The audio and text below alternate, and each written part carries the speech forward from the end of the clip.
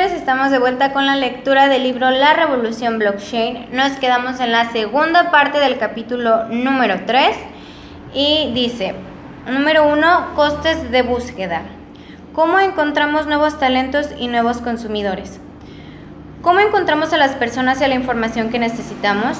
¿Cómo sabemos si sus servicios, bienes y capacidades son los que más nos convienen para que nuestra empresa sea competitiva internamente? Aunque la estructura de la empresa siga básicamente intacta, la primera era de Internet redujo estos costes significativamente y favoreció cambios importantes. Contratar recursos externos fue solo el principio. Recurriendo a las llamadas ideágoras, que son mercados abiertos de ideas, empresas como Procter y Gamble encuentran a personas excepcionalmente cualificadas para crear productos o procesos innovadores. De hecho, el 60% de las innovaciones de esta empresa proceden de fuera de ella, de ideágoras que ha creado o usado como Innocentive a Inno360. Otras empresas como Goldcorp han lanzado desafíos globales para encontrar las mejores mentes que resuelvan sus mayores problemas. Esta empresa, que hizo pública su información geológica, descubrió oro por valor de $3.400 millones, lo que hizo que su cotización en bolsa se multiplicara por 100.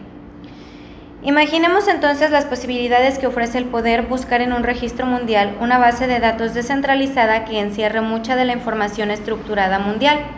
¿Quién vendió qué descubrimiento a quién? ¿Y a qué precio? ¿Quién tiene la propiedad intelectual de esto? ¿Quién está capacitado para llevar a cabo este proyecto? ¿Qué competencias médicas tiene el personal de nuestro hospital? ¿Cuántos créditos de carbono se ha ahorrado esta empresa? ¿Qué proveedores han trabajado en China? ¿Qué subcontratistas cumplen a tiempo y sin pasarse del presupuesto según lo acordado en sus contratos inteligentes? El resultado de estas búsquedas no serán currículos, enlaces publicitarios ni otros contenidos paralelos. Serán historiales de transacciones, registros fiables de individuos y empresas, posiblemente clasificados por su reputación. ¿Nos damos cuenta? Dice Vitalik Buterin, fundador de la blockchain Ethereum. Las blockchains reducirán los costes de búsqueda, lo que causará una especie de descomposición que nos permitirá disponer de mercados de entidades horizontal y verticalmente segregadas. Esto nunca había ocurrido. Antes había como unos monolitos que lo hacían todo. Varias empresas están trabajando en motores de búsqueda para blockchain, dada la potencial bonanza. La misión de Google es organizar el mundo de la información, por lo que haría bien en dedicar recursos humanos a investigar esto. Hay 3 diferencias fundamentales entre la búsqueda en Internet y la búsqueda en una blockchain. La primera es la privacidad del usuario. Aunque las transacciones son transparentes, las personas son dueñas de su información personal y deciden qué hacer con ella. Pueden participar anónimamente o al menos en un seudónimo o casi anónimamente con anonimato parcial. Las partes interesadas podrán buscar aquella información que los usuarios hayan hecho pública. Andreas Antonopoulos dice, las transacciones son anónimas si queremos que lo sean, pero el sistema blockchain permite una transparencia total más fácilmente que un anonimato total. Muchas empresas tendrán que replantearse el proceso de contratación.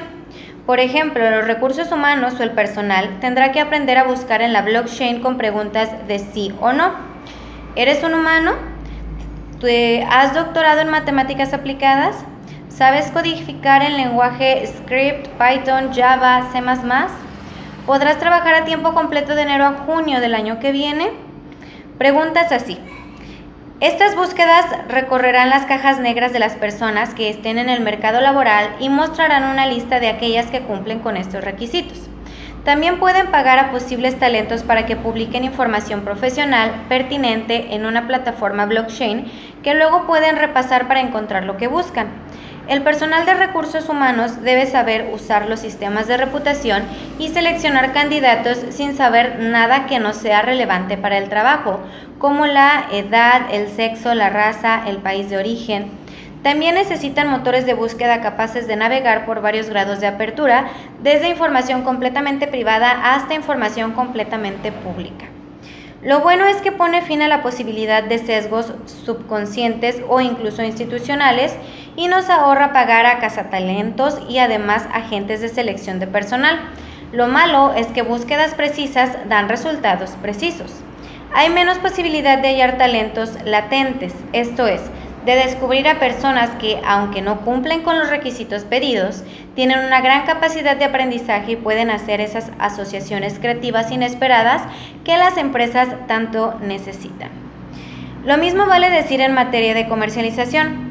Las empresas pueden tener que pagar por buscar en la caja negra de un posible cliente para ver si forma parte del tipo de consumidor que busca. Ese mismo cliente puede decidir globalmente guardarse cierta información como su sexo por responder no, siga siendo valioso. Pero así la empresa no sabrá sobre el posible cliente más que lo que resulte de las preguntas de sí o no. Responsables y agencias de comercialización tendrán que replantearse las estrategias basadas en el correo electrónico, los medios sociales y el teléfono móvil. Aunque la infraestructura puede reducir a cero los costes de la comunicación, los consumidores los subirán tanto que les merecerá la pena leer el mensaje que las empresas les envían. En otras palabras, las empresas pagarán a los clientes para que escuchen sus mensajes publicitarios, pero a la vez habrán ajustado tanto su búsqueda que se dirigirán a un público muy concreto, de manera que esos mensajes llegarán a las personas a las que querían llegar sin invadir su privacidad. Y pueden realizar diferentes búsquedas para conocer diferentes micronichos de mercado en cada etapa del desarrollo de un nuevo producto. Podemos llamarlo comercialización de la caja negra. La segunda diferencia es que la búsqueda puede ser multidimensional. Cuando buscamos en la red hoy, buscamos una especie de foto fija en el tiempo, tal como ha sido indexada en las últimas semanas. El teórico informático Antonopoulos llama a esto búsqueda bidimensional. Horizontal porque busca a largo y ancho de la red y vertical porque busca en profundidad en un sitio en particular. La tercera dimensión es la secuencial, que es la búsqueda en el orden temporal en el que se ha registrado. Las blockchains pueden añadir la dimensión del tiempo, dice. Es posible buscar un registro completo de todo lo que ha pasado en 3 dimensiones. Para aclararlo, Antonopoulos buscó en la cadena de Bitcoin para encontrar la famosa primera transacción comercial que consistió en la compra por un tal Laszlo de 2 pizzas que costaron 10.000 Bitcoin. Las blockchain proporcionan un registro casi arqueológico, un hallazgo profundo y preservan la información para siempre. Para evitarle al lector echar cuentas si una pizza costaba $5 cuando $1 equivalía a 2.500 bitcoins, en el momento de escribir este libro costará $3.5 millones, pero ese es otro tema. Esto exige que las empresas actúen con criterio. Los responsables tienen que contratar a gente que haya demostrado tener buen juicio porque las malas decisiones no tienen vuelta atrás. Ni se puede alterar el orden de los acontecimientos ni negar el comportamiento deshonroso de un ejecutivo.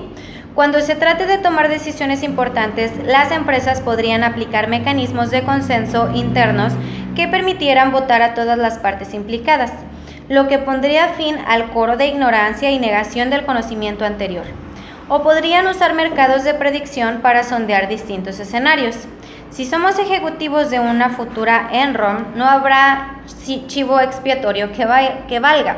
Si somos el gobernador de Nueva Jersey, Chris Christie, de nada nos servirá decirle al fiscal que nada sabíamos de los planes de cerrar el puente de George Washington.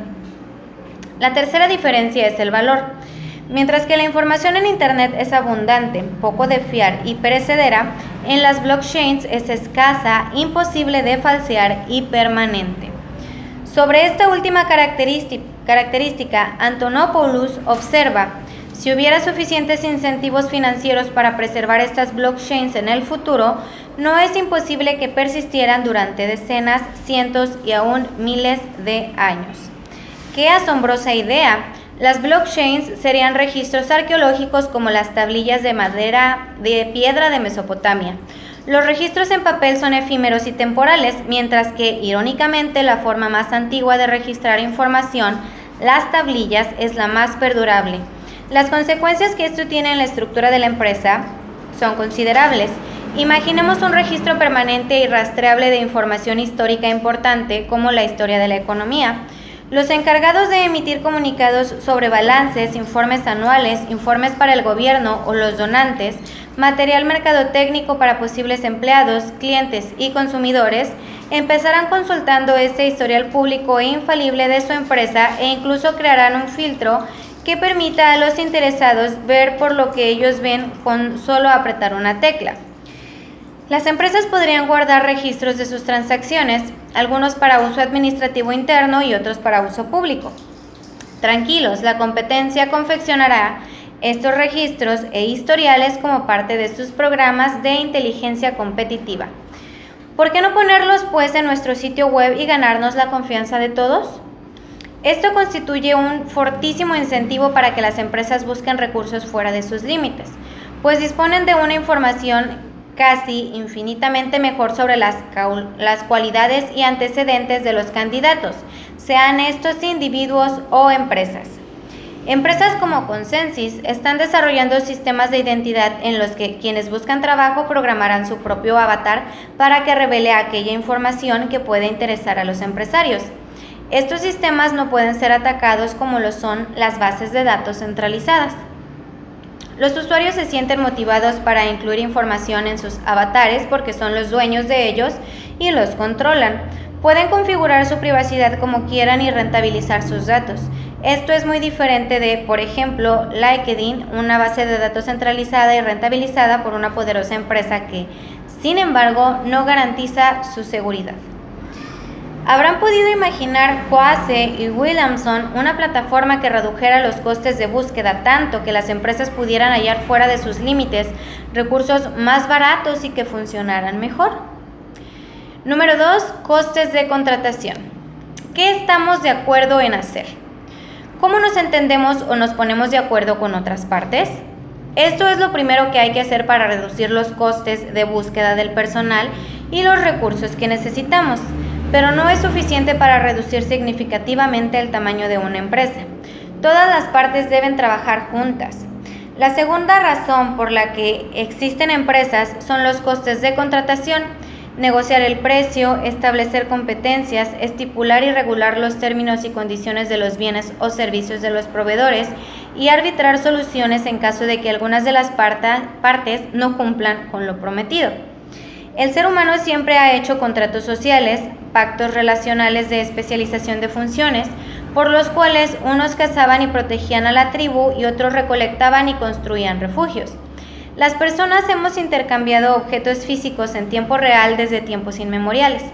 Los contratos son un fenómeno más reciente y ocurren cuando empezamos a intercambiar promesas, no propiedades. Los acuerdos orales resultaron fáciles de manipular o se recordaban mal y los testigos oculares no eran de fiar. La duda y la desconfianza perjudicaron la colaboración con extraños. Los contratos había que cumplirlos enseguida y no había un mecanismo formal para hacer respetar lo pactado más allá de la fuerza. El contrato escrito era una forma de codificar una obligación, de crear confianza y fijar expectativas. Los contratos escritos servían de guía en caso de que alguien no cumpliera su parte de lo pactado o algo inesperado ocurriera. Pero no podía existir en el vacío, tenía que haber algún marco legal que reconociera los contratos e hiciera valer los derechos de los contratantes. Hoy los contratos siguen estando hechos de átomos, papel, no de bits, informática. Por eso mismo, tienen grandes limitaciones y solo sirven para documentar un acuerdo. Como veremos, si los contratos fueran informáticos, si fueran inteligentes y estuvieran distribuidos en una blockchain, podrían abrir un mundo de posibilidades, entre ellas la de facilitar que las empresas colaboraran con recursos externos. Imaginémonos lo que sería el código comercial uniformado de Estados Unidos si estuviera en una blockchain. Coase y sus sucesores sostenían que los costes de contratación eran menores dentro de los límites de la empresa que fuera en el mercado y que una empresa es esencialmente un vínculo y un vehículo para crear contratos a largo plazo cuando los contratos a corto plazo suponen demasiado esfuerzo. Williamson insistió en esta idea afirmando que las empresas existen para resolver conflictos, lo que principalmente consiguen firmando contratos con varias partes en el seno de la empresa. En el mercado abierto, el único mecanismo de disputa son los tribunales, un mecanismo costoso, lento y muchas veces insatisfactorio. y añadía que en algunos casos como fraude, otros actos ilegales o conflicto de intereses, en el mercado no existía ningún mecanismo de disputa. En efecto, la ley contractual de la organización interna es la del aguante y la paciencia, según la cual una empresa es su propio tribunal. Por esta razón, las empresas pueden ejercer una autoridad absoluta que el mercado no tiene. Williamson concebía la empresa como una estructura administrativa para llegar a acuerdos contractuales. Decía que la estructura organizativa contribuye a reducir los costes de gestionar transacciones y que mirar con los lentes del contrato en lugar de con los lentes de la elección suele ahondar nuestro conocimiento de la compleja organización económica. Esta es una idea recurrente en la teoría de la administración empresarial, y los que probablemente mejor la han desarrollado han sido los economistas Michel Jensen y William Meckling, que afirman que las empresas no son más que un conjunto de contratos y relaciones. Hoy, algunos estudiosos y teóricos de las blockchains han cuestionado esta idea. El inventor de Ethereum, Vitalik Buterin, afirma que los agentes empresariales, es decir, los ejecutivos, solo pueden usar activos de la empresa para propósitos aprobados por, digamos, los miembros del consejo de administración, que a su vez están sujetos a la aprobación de los accionistas. Si una empresa hace algo es porque su consejo de administración ha decidido que se haga. Si una empresa contrata empleados, significa que los empleados están de acuerdo con proporcionar unos servicios a los clientes de la empresa según un determinado conjunto de normas, sobre todo de pago. Escribe Buterin. Que una empresa tenga responsabilidad limitada significa que a unas determinadas personas se les han concedido privilegios extra para actuar sin miedo a acciones legales por parte del Estado. Un grupo de personas con más derechos que la gente normal que actúa sola, pero personas al fin y al cabo. En cualquier caso, no son más que personas y contratos.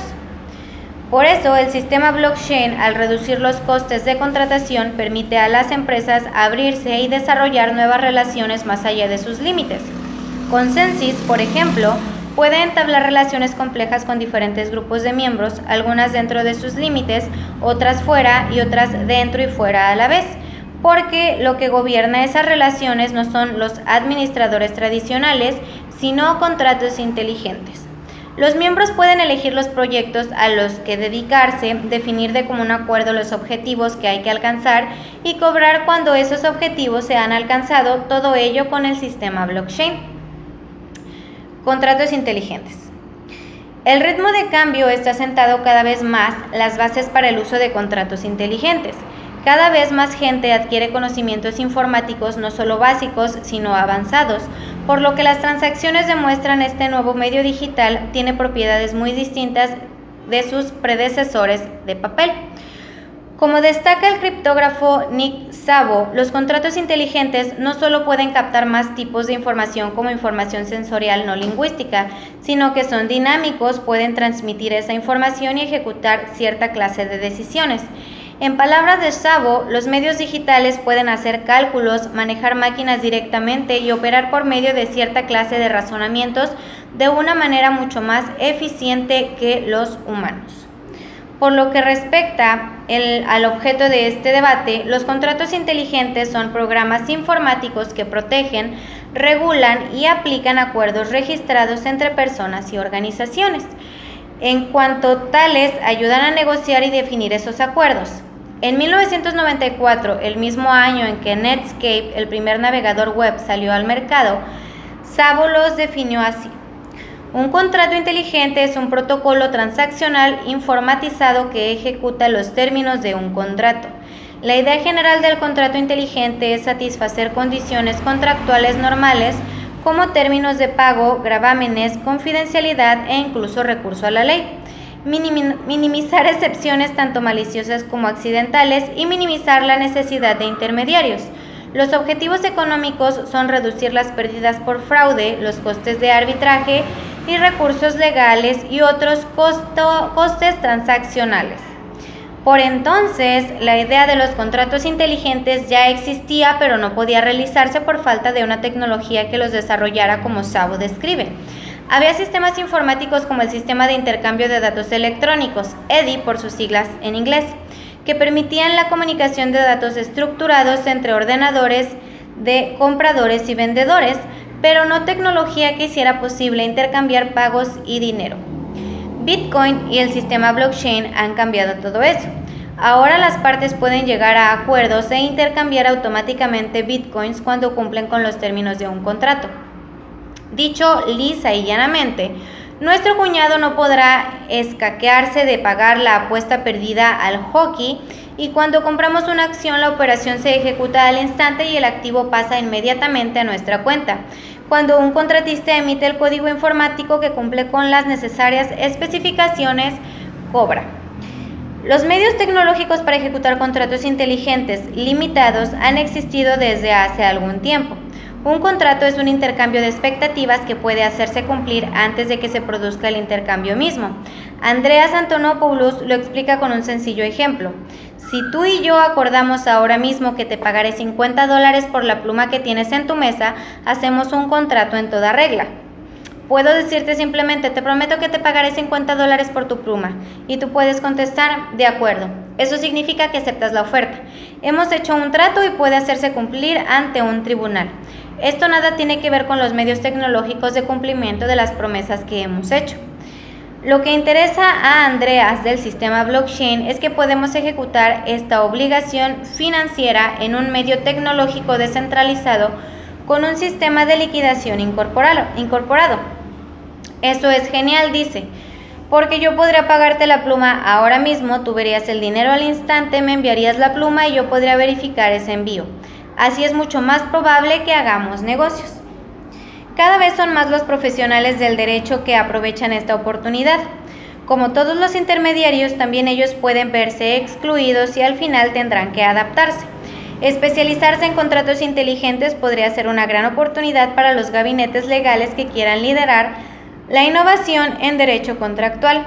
Sin embargo, la profesión no destaca precisamente por su carácter pionero, como dice el experto de derecho Aaron Wright, coautor de otro libro sobre el sistema blockchain. El derecho siempre se queda atrás. La multifirma, contratos complejos inteligentes. Pero dirá el lector, ¿no superarán los costes de negociar contratos inteligentes complejos y que requieren mucho tiempo los beneficios de abrir los límites de la empresa? La respuesta es no. Si los socios emplean al principio más tiempo en establecer los términos del acuerdo, los costes de control, aplicación y liquidación se reducirán drásticamente e incluso se anularán. Además, el contrato puede ejecutarse en tiempo real, incluso en microsegundos, dependiendo del trato. Y lo que es más importante, al asociarse con personas con más capacidad, las empresas pueden innovar más y ser más competitivas. Consideremos el recurso a los contratistas independientes. En los albores del comercio digital, el sistema blockchain solo servía para las transacciones más simples, entre dos partes. Por ejemplo, si Alice necesitaba a alguien que completara un fragmento de código rápidamente, publicaba un anónimo. Se necesita codificador en el foro de debate pertinente. Bob lo veía. Si el precio y los plazos le convenían, enviaba una muestra de trabajo. Si esta muestra convencía a Alice, ésta le hacía una propuesta a Bob. Convenían en los términos del acuerdo. Alice le enviaba la mitad del pago al instante y la otra mitad cuando recibía el código y comprobaba que funcionaba. El contrato era directo, una oferta de trabajo y una aceptación de la oferta, y no tenían que ponerlo por escrito porque todo quedaba registrado en la blockchain.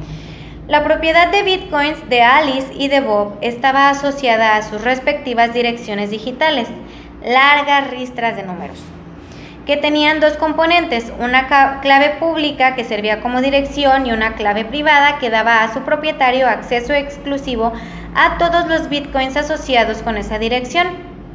Bob enviaba a Alice su clave pública y ella enviaba el primer pago a esa dirección.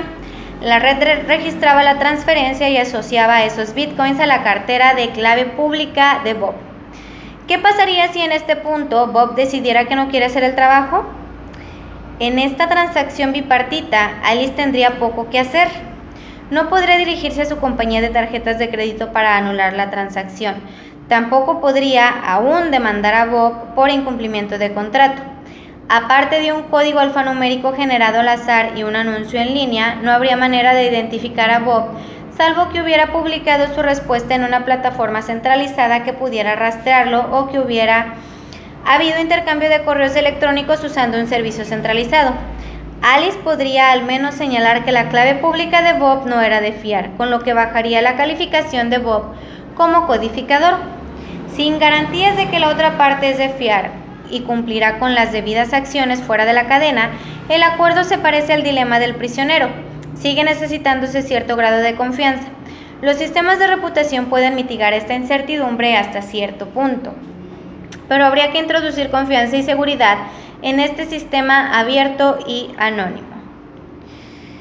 En 2012, el desarrollador Gavin Anderson introdujo un nuevo tipo de dirección Bitcoin en los protocolos Bitcoin llamado Pay-to-Script Hash, cuyo objetivo era permitir que una parte pague cualquier transacción arbitraria por complicada que sea. Las partes usan varias claves o firmas de autenticación en lugar de una única clave privada para completar una transacción. La comunidad suele llamar a esta característica de firma múltiple, multisignature o multisig.